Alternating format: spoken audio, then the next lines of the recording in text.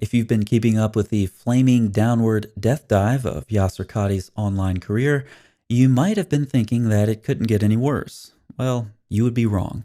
In a recent video, I showed where Yasir Qadhi responded to my tweet, admitting indirectly that he abused the YouTube copyright process because he wants all parts of his problematic interview with Muhammad Ajab scrubbed from the internet. Qadhi's tweet contains a name.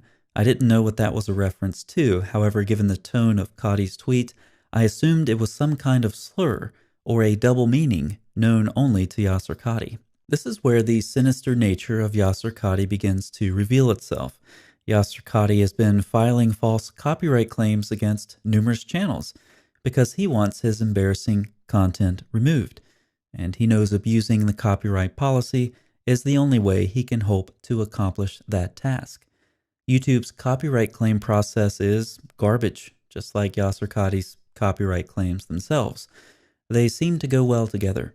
Now, when appealing a copyright strike, the channel owner has to input a certain amount of personal information. That personal information gets sent to the claimant, in this case, Yasir Qadhi. This is profoundly stupid, just like Yasir Qadhi's copyright claims. What YouTube is doing, according to my attorney, is trying to mimic the federal copyright appeal process, but they do a terrible job of it. Normally, of course, personal information is protected through legal measures, not sent to a random YouTube claimant who can do whatever they want with the information.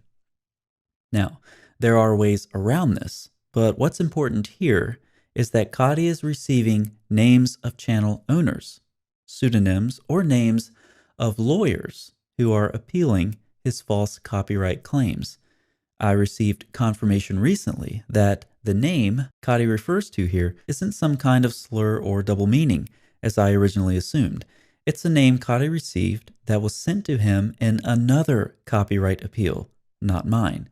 Qadhi has filed so many copyright appeals, he apparently gets them mixed up. The channel Qadhi is trying to refer to, like mine and so many others, also posted a video of Qadhi without comment. So Qadhi's accusations of lying and misinterpreting are just as dishonest as ever. But here's an additional sinister layer of Yasir Qadhi.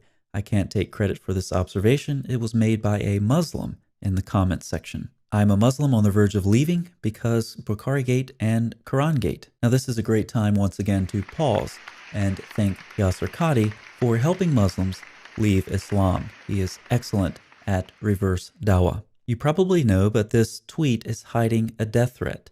No, I actually didn't know that. I didn't assume that of Yasir Qadhi. I thought that this was some sort of an insult, a slur, or some sort of a double meaning.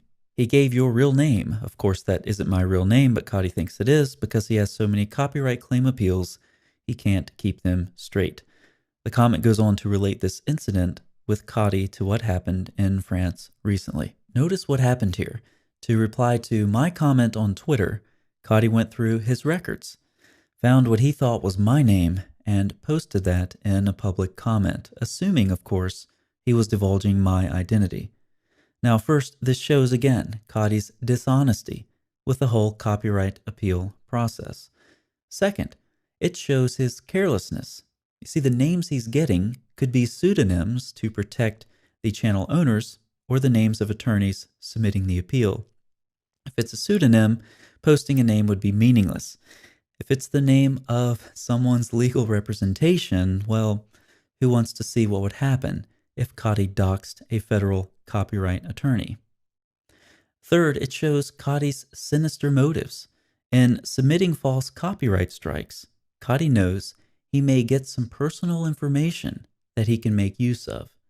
In this way, he is analogous to the repulsive swine named Jaz Ahmed. Yasir Qadhi, until now I was thinking you were merely dishonest, but I see now that you belong in the same barnyard as your other animal friends. And remember, this is the public version of Yasir Qadhi. It's easy to guess he stinks even more when he's not being recorded.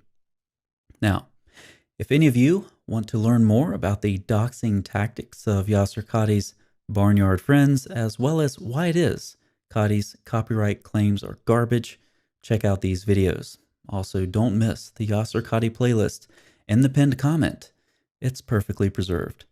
For all of the criticism of Qadhi, let's end on a positive note, thanking him for what he's done. I see examples of his work in the comments section on my channel frequently. Here's one I'll share with you as we end.